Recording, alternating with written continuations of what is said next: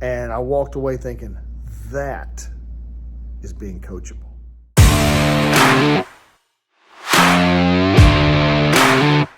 Fast C. Fast C. Fast. Faithful. Available. Submitted. Teachable. C. Coachable.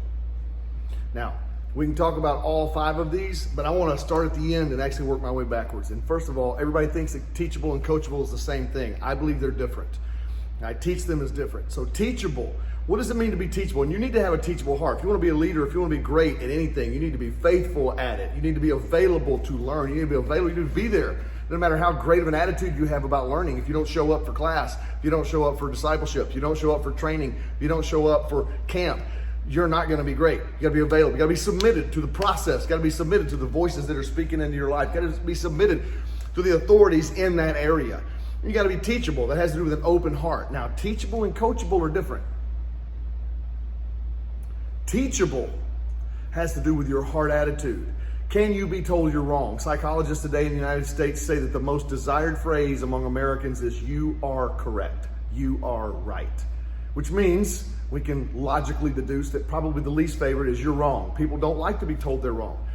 But that's where teachable really starts. Can you be told, no, that's not good, that's not correct, that wasn't right, and here's how to do it, and have an open heart and be ready to receive that.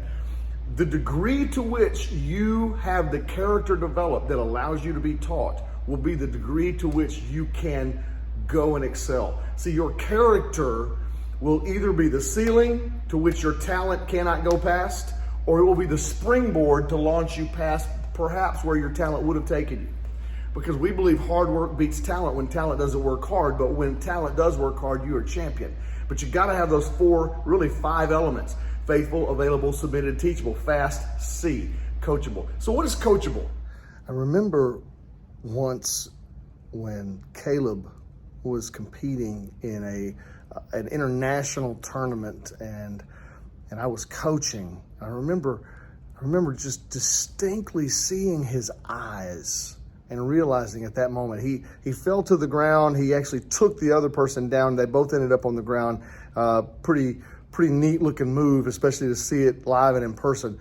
But I remember the first thing he did when he looked up, his eyes met mine, and I was able to give him distinct and specific, precise instructions. And he was able to get up and execute those instructions. And I walked away thinking, that is being coachable. Being teachable is being willing to learn, but being coachable has to do with in the moment. I have many athletes that I have seen that they are very teachable. You can tell them, boy, they'll receive it. They'll take notes. They'll go home and study it, but they haven't learned. See, teachable is an attitude, but coachable is a skill. Being coachable is when I can yell at you in the play, no, do this, and you have fine-tuned your ears to the voice of your coach. And you're able to hear that coach. I could be in an arena of 50,000 people, and all I hear is white noise, but if my coach speaks, I hear his voice. I have been 10 feet away from some athletes where I'm screaming, and I am their coach, supposedly, and I'm yelling at them, and they told me later they couldn't hear anything, they didn't notice, they couldn't discern. See, they had not yet developed that skill set. There is a skill set of being coachable, and it takes time together. You have to know your coach's voice. But it also takes learning to be attentive.